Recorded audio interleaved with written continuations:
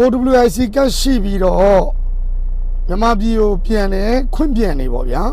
အဲ့တော့မလေးရှားကိုပြန်တက်မယ်ဆိုရင်ကျွန်တော်တို့အရင်လို email ပို့လို့မရတော့ဘူးအဲ့တော့နေပြည်တော်ဒီစာတင်ရတယ်ပေါ့ဒါပြီးခဲ့တဲ့ဗီဒီယိုမှာရှင်းပြပေးခဲ့ပြီးပြီအဲ့တော့တချို့ကလက်မှတ်ရက်က10ရက်လောက်ပဲပြန်မဲ့ရက်ကကွာတယ်ပေါ့ဗျာရက်ကတ်နေတယ်ပေါ့နှစ်ပတ်လောက်ပဲဆိုရင်နည်းနည်းလေးပိုကောင်းတဲ့နီးလေးတစ်ခုမျှဝေပေးကြပါတယ်မင်္ဂလာပါပကံနဲ့မိတ်ဆွေပေါင်းတို့အဲ့တော့ကျွန်တော်တို့ဒီမှာလက်မှတ်ဝယ်သွားတဲ့သူတွေရှိတယ်အသွားပြန်ဝယ်အဲ့တော့တချို့အသွားပြန်လက်မှတ်ဝယ်ပြီးပြန်တဲ့လူတွေရှိမယ်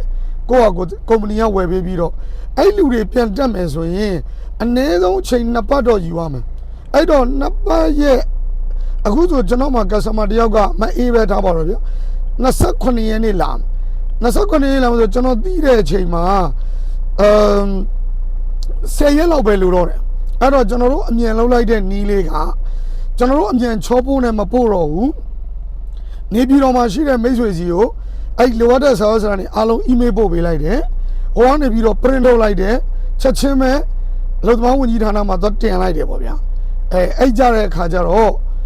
ကျွန်တော်တို့အချိန်မီလေး Safe Migration Telegram မှာပါလာပါတယ်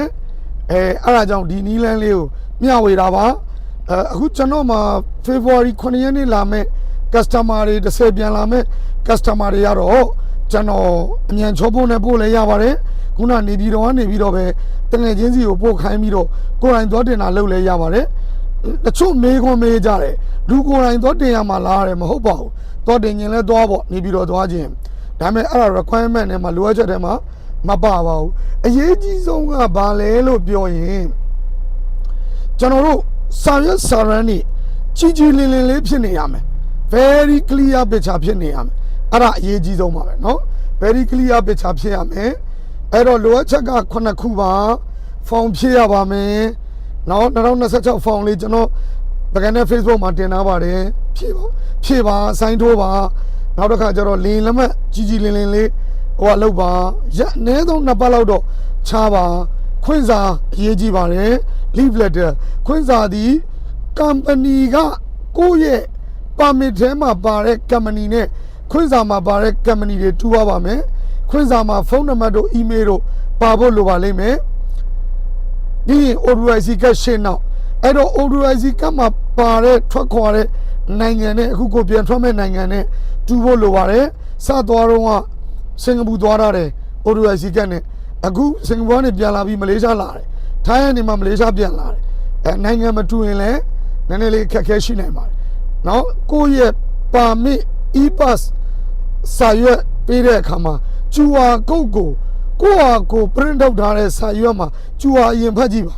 ဝါနေလို့နေပြည်တော်ကရုံးကလူကြီးမင်းများဗီဇာကိုစစ်ဆေးလို့မရဘူးဆိုရင်လေလိုအပ်ချက်များ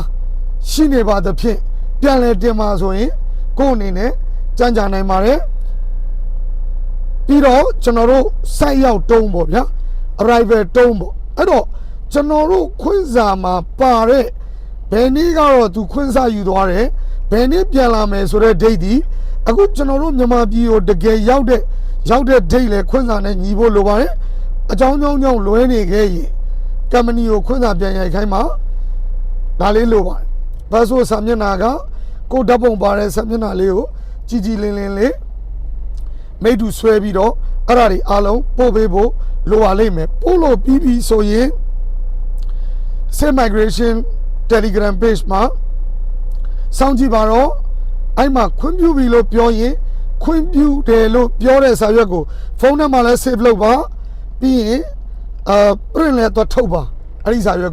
ကိုပြန်တဲ့နေ့ကျရင်အဲ့ဒီ print ထုတ်တဲ့စာရွက်မပုံတင်တကယ်လို့မယူသွားနိုင်ကိုမှ UID စမတ်ကမပုံတင်အတွက်ရှိရဆိုလဲအဲ့ဒီစမတ်က copy လေးတခုပေါ့ဗျာအဲ့ဒါလေးတွေနဲ့ခုန document နေနဲ့ OWIC ကကလေးနဲ့အဲ့ဒီခွင့်ပြုချက်ကြထားတော့ကတင်ထားတော့က date တိုင်းပဲထွက်ပါနော်စောလည်းမထွက်ပါနဲ့နောက်ကြပြီလည်းမထွက်ပါနဲ့အဲ့ဒီ date တိုင်းပဲထွက်ပါအခုမှခွင့်ပြန်မဲ့လူတွေစိုက်ရောက်ကောင်တာမှာအကြောင်းကြပါပြန်ထွက်ပါမယ်ထွက်မဲ့ရက်မသေးကြသေးဘူးဆိုရင်လည်း ထွက်မဲ့ရက်တော့မတည်သေးပါဘူး ODIC ကမရှိသေးရင်လည်းကျွန်တော် ODIC ကရှောက်ပြီးမှထွက်ပါပါပြန်ရောက်ကြောင်းလေးသတင်းပို့ပြီးမှလာဝကကောင်တာသွားပါအဲ့ဒါလေးရှင်းပြတာပါနောက်မေကွန်လေးတစ်ခုနောက်နေ့ဖြေပေးမယ် bye bye နားထောင်ပေးတာကျေးဇူးပဲ share ပေးတဲ့လူတွေလည်း thank you